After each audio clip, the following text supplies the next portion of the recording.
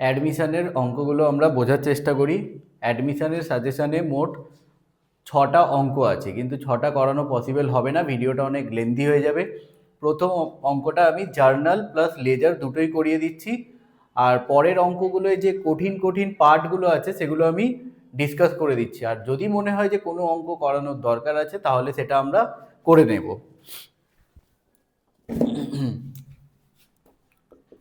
Admission of a partner.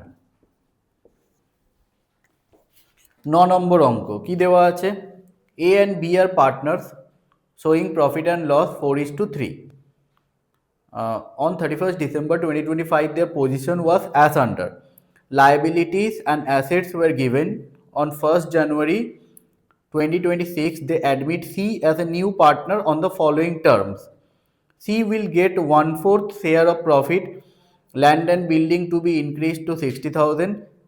Plant and machinery increased by 6,000 টাকা. Stock is to be reduced by 3,000. C is to introduce 25,000 as capital and 7,000 as premium for goodwill in cash. Past journal entries. আমরা স্টেপসগুলো দেখে নিই। প্রথমে journal লিখি, তারপরে এটার laser solve করব। স্টেপসগুলো কি কি আছে জার্নালে? যদি কোনো জেনারেল রিজার্ভ থাকে সেটা আমরা ওল্ড পার্টনারদের মধ্যে ডিভাইড করে দেবো ওল্ড রেশিওতে। জেনারেল রিজার্ভ তাদের মধ্যে ডিভাইড করব ওল্ড পার্টনার ওল্ড রেশিও। তারপরে নিউ পার্টনার ক্যাপিটাল নিয়ে আসে,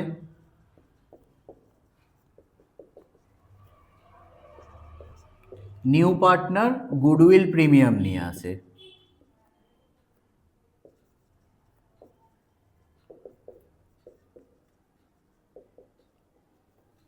সেই গুডউইল প্রিমিয়ামটা ওল্ড পার্টনারদের মধ্যে ডিস্ট্রিবিউট করে দেবো।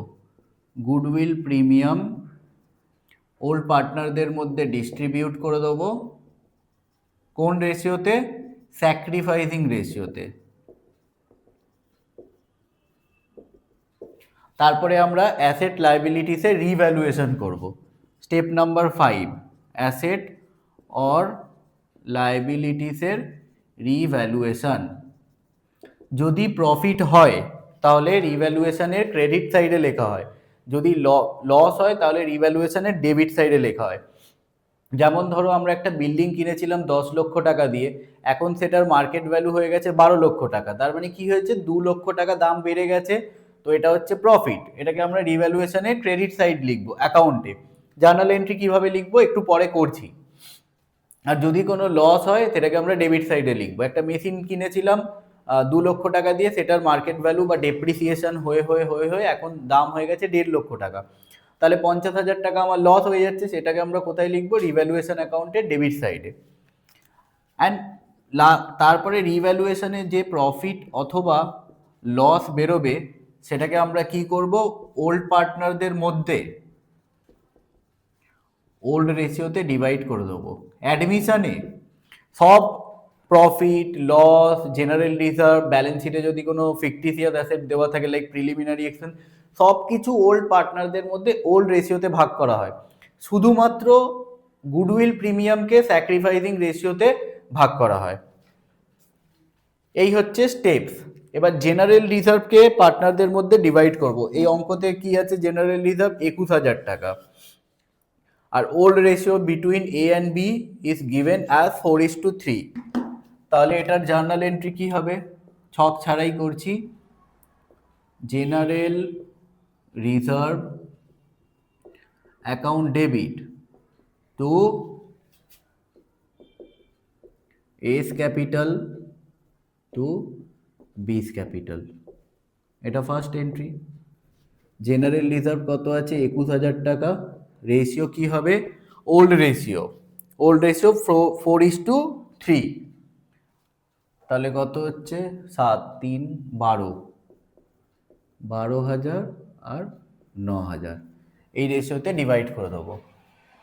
তারপরে নিউ পার্টনার্স ক্যাপিটাল, লাস্ট লাইনে বলেছে 4 নম্বর পয়েন্টে, C is to introduce 25,000 as capital and 7,000 as premium for goodwill. C capital কত টাকা আনছে,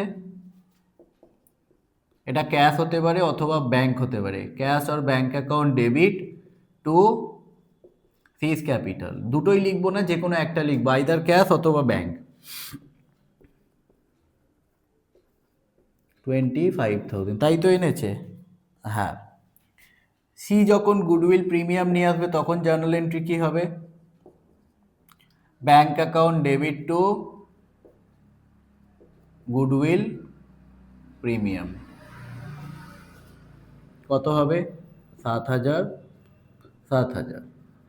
সেম গুডউইল প্রিমিয়ামটা ওল্ড পার্টনারদের মধ্যে ডিভাইড করে দেবো স্যাক্রিফাইসিং রেশিওতে। জার্নাল এন্ট্রি কি হবে, goodwill premium account debit to A's capital to B's capital. কোন রেশিওতে আমরা ডিভাইড করব, আমরা ডিভাইড করব হচ্ছে স্যাক্রিফাইসিং রেশিওতে। এই একটাই জার্নাল এন্ট্রি যেটা আমরা স্যাক্রিফাইসিং রেশিওতে ডিভাইড করে থাকি। এছাড়া বাকি জার্নাল এন্ট্রিজ বা বাকি যে প্রফিটগুলো ডিস্ট্রিবিউট করি সেগুলো ওল্ড রেশিওতেই করা হয়। 7,000 টাকা। আগের চ্যাপ্টারে আমরা ডিসকাস করেছি চেঞ্জ ইন প্রফিট শেয়ারিং রেশিওতে যে কীভাবে স্যাক্রিফাইসিং কীভাবে গেইনিং রেশিও ক্যালকুলেট করতে হয়। তো এই অঙ্কের স্যাক্রিফাইসিং রেশিও 4:3 হবে। আমি অলরেডি ক্যালকুলেট করে রেখেছি, তোমরা একবার করে নিও। তাহলে কত হবে, 4,000 আর 3,000।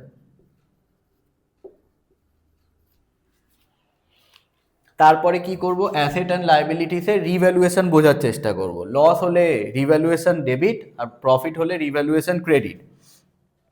প্রথমেই বলেছে land and building is to be increase to 60,000। Land and বিল্ডিংয়ের দাম বেড়ে 60,000 টাকা হয়েছে। ল্যান্ড অ্যান্ড বিল্ডিংয়ের দাম কত ছিল, 50,000 টাকা ছিল ব্যালেন্স শিটে, আর বেড়ে 60,000 হয়েছে, তাহলে প্রফিট হয়েছে। তাহলে রিভ্যালুয়েশনের প্রথম এন্ট্রি কি হবে, এখানে লিখছি land and building account debit to revaluation 10,000। 50,000 টাকা বেড়ে 60,000 হয়েছে মানে 10,000 টাকা প্রফিট। প্রফিট হলে রিভ্যালুয়েশন অ্যাকাউন্টকে ক্রেডিট করা হয়। Plant and machinery is to increased by 6,000। Plant and মেশিনারির দাম 6,000 টাকা বেড়ে গেছে, তো এটাও প্রফিট। কি হবে, plant and machinery account debit to revaluation account. কত টাকা বেড়েছে, বলেছে ইনক্রিজড বাই 6,000, মানে দামটাই 6,000 বেড়েছে। আগে ছিল 25,000 ব্যালেন্স শিটে, এখন বেড়ে সেটা হয়ে গেছে 31,000, মানে 6,000 টাকা প্রফিট হয়েছে। তো আমরা এখানে কত লিখবো, 6,000 টাকা লিখবো। তারপরে কি বলেছে, stock is to be reduced by 3,000। স্টকের দামটা কমে গেছে, তো এটা লস হয়ে গেছে। Revaluation account debit two stock account, কত টাকা কমেছে, 3,000। এই হচ্ছে রিভ্যালুয়েশনের পজিশন। এবার প্রফিট হলো না লস হলো কিভাবে বার করব, একটা ছোট্ট করে পরীক্ষার খাতায়, রাফ খাতায় টি ফর্মে অ্যাকাউন্ট বানিয়ে নেব। ক্রেডিটে কত আছে, 10,000। ক্রেডিটে আবার কত আছে, 6,000। ডেবিটে কত আছে, 3,000। তাহলে আমরা ইজিলি প্লাস মাইনাস করলে 10 6 16, 16 মাইনাস 3, 13,000 টাকা বেরিয়ে যাবে প্রফিট। প্রফিটকে এবার আমরা পার্টনারদের মধ্যে ভাগ করে দেবো। কোন পার্টনার, ওল্ড পার্টনারদের মধ্যে, ইন ওল্ড রেশিও।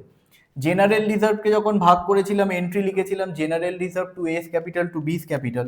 প্রফিটকেও যখন ভাগ করব রিভ্যালুয়েশন প্রফিটকে, তখন জার্নাল এন্ট্রি লিখবো revaluation account debit to A's capital to B's capital. Revaluation account কত আছে, 21,000। কোন রেশিওতে ডিভাইড করব, ওল্ড রেশিওতে। রেশিও কি হবে, 4:3, মানে ও না সরি 13,000 হবে, মাই মিস্টেক। 13,000 টাকাকে আমরা 4:3 রেশিওতে ডিভাইড করে দেবো। আমার তো ক্যালকুলেটার অ্যালাউড আছে, তোমাদের নেই।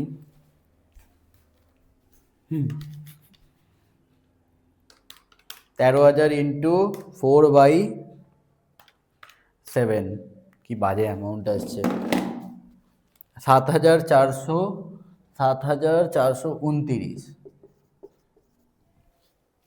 Into 13,000 into 3/7, 5,571। এই হচ্ছে জার্নাল এন্ট্রি, ব্যাস, দ্যাটস ইট, জার্নাল এন্ট্রি খতম। এবার দেখে নিই এটা লেজার পোস্টিং কি করে করব। আমাদের পরীক্ষাতে জার্নালও দিতে পারে, লেজারও দিতে পারে, যা খুশি দিতে পারে। তো আমরা দেখে নিই লেজার পোস্টিংটা কিভাবে করব। বোর্ডটা একদম রকেটের মতো মুছে দিই। কালকে কিছু টেকনিক্যাল গ্লিচের জন্য লেজারগুলো করা হয়নি, তো লেজারগুলো আমরা এখন করে নিই, দেখে নাও। প্রথমে বানাতে হবে revaluation account, particulars amount, revaluation account. তারপরে আমরা কি বানাবো, পার্টনার্স ক্যাপিটাল, পার্টিকুলার্স, যেহেতু 3টে পার্টনার আছে তাই 3টে কলাম করতে হবে, A, B and C. As usual debit ক্রেডিটগুলো লিখে দেবে। স্টেপ ওয়াইজ আমরা কিভাবে করব, প্রথমে পার্টনারদের যে ক্যাপিটালগুলো আছে সেটা আমরা লিখব বাই ব্যালেন্স বিডি। ওদের ক্যাপিটাল কত আছে, 60,000 আর 40,000। যদি কোনো রিজার্ভ থাকে তো সেটাকে ডিস্ট্রিবিউট করে দিতে হয় পার্টনারদের মধ্যে। জেনারেল রিজার্ভ আছে, জেনারেল রিজার্ভ কত আছে, 21,000 টাকা।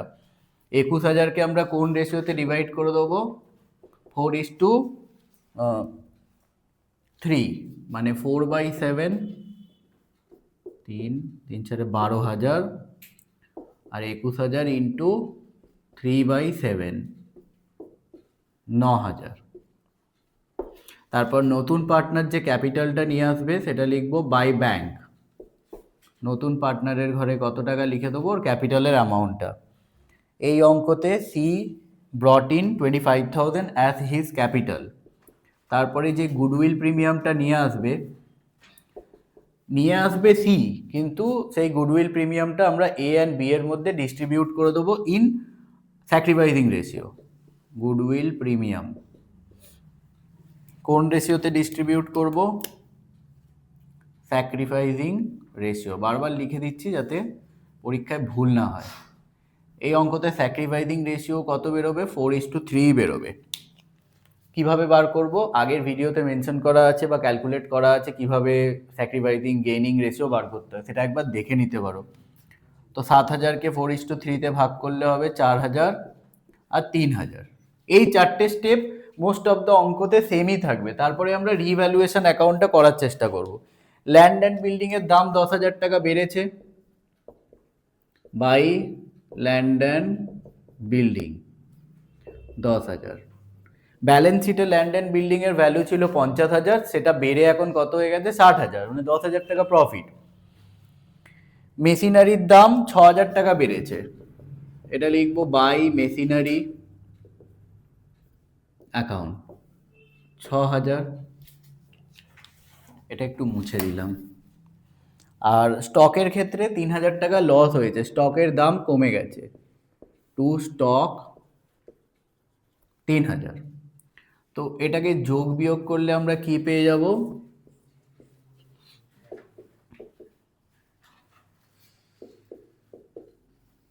প্রফিট অন রিভ্যালুয়েশনটা আমরা পেয়ে যাব, টু প্রফিট অন রিভ্যালুয়েশন। যদি এই দিকে ব্যালেন্স বেরোতো তাহলে আমরা লিখতাম লস অন রিভ্যালুয়েশন।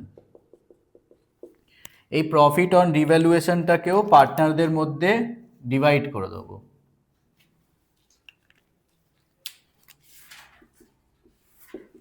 কোন পার্টনারদের মধ্যে, ওল্ড পার্টনারদের মধ্যে ডিভাইড করব। কোন রেশিওতে ডিভাইড করব, ওল্ড রেশিওতে, 4:3। সব কিছু ওল্ড রেশিওতেই করা হয় অ্যাডমিশনের অঙ্কতে, শুধুমাত্র গুডউইল প্রিমিয়ামকেই স্যাক্রিফাইসিং রেশিওতে ভাগ করা হয়। এখানে 13,000কে 4:3 ভাগ করলে কত হবে? 13,000 ইন্টু 4/7, 13,000 ইন্টু 3/7। একটু অ্যামাউন্টগুলো বলতো কত কত বেরিয়েছিল? আর ফালতু অ্যামাউন্ট বেরিয়েছে, মুখে মুখে হচ্ছে না। হ্যাঁ, ওটা 29 করে নিস, 0.5 বেশি আছে না? আচ্ছা, 7,428 আর 5,572। এবার এই অ্যাকাউন্টটাকে আমরা যোগ বিয়োগ করে কি বার করে দেবো? তিনটে পার্টনারের ব্যালেন্স করে দেবো। কি বলে লিখবো? To balance CD. একটু ব্যালেন্সগুলোও বলে দে। 83,428,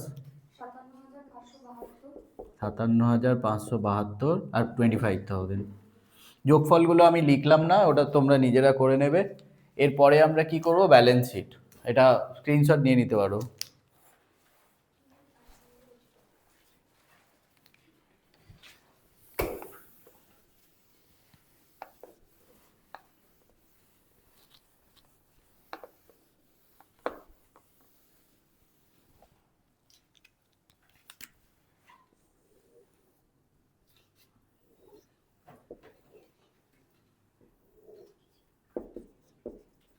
ব্যালেন্স শিট। ব্যালেন্স শিটে কি কি হয়? Liabilities amount, asset amount.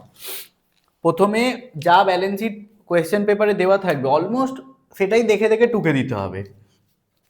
একটু খালি ফেরবদল করে দেবো। ক্যাপিটাল আগে কি ছিল? এ আর বি, এখন কি হবে? A, B and C. এর সি এর তো 25,000, যেটা টু ব্যালেন্স সিডির অ্যামাউন্টটা বেরোলো। এ বি এরটা আরেকবার একটু বল না। এরটা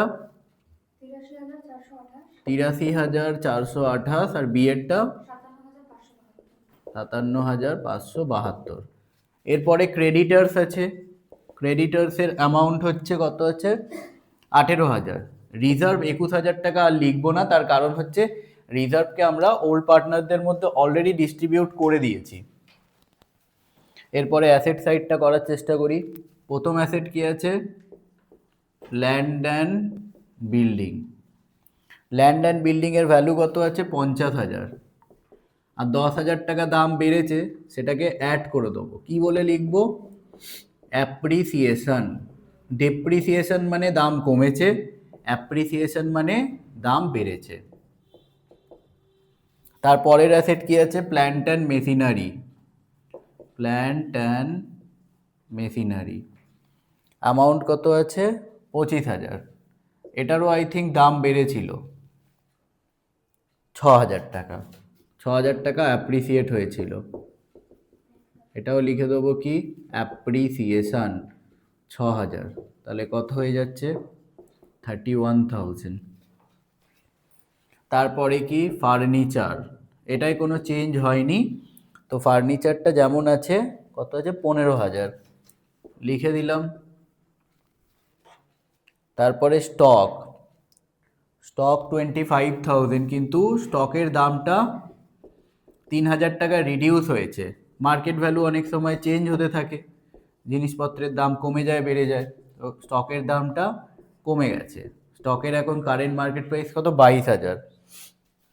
ডেটার্সে কোনো চেঞ্জ নেই, তো ডেটার্স যেমন আছে 20,000। আর সেখান থেকে প্রভিশনটা আমরা মাইনাস করে দেবো 1,000। মাইনাস করলে কত হবে? 19,000। লাস্ট হচ্ছে ক্যাশ। আমার কাছে রয়েছে 5,000 টাকা, কিন্তু যে নতুন পার্টনার আছে সে ক্যাপিটালও এনেছে, আবার গুডউইল প্রিমিয়ামও এনেছে। ক্যাপিটাল আর গুডউইল প্রিমিয়ামটা দুটোকে অ্যাড করে দেবো, কারণ নতুন পার্টনার যদি ব্যবসায় টাকা আনে তাহলে বিজনেসের ক্যাশ ইন হ্যান্ড অথবা ক্যাশ অ্যাট ব্যাংক বেড়ে যাবে।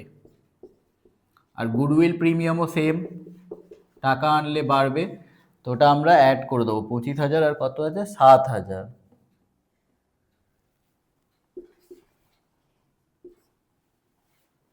25, 5, 30, 37। এবার বোথ সাইড আমরা প্লাস করে দেবো, যদি মিলে যায় ব্যাস ঠিক আছে। আই হোপ মিলেই যাবে।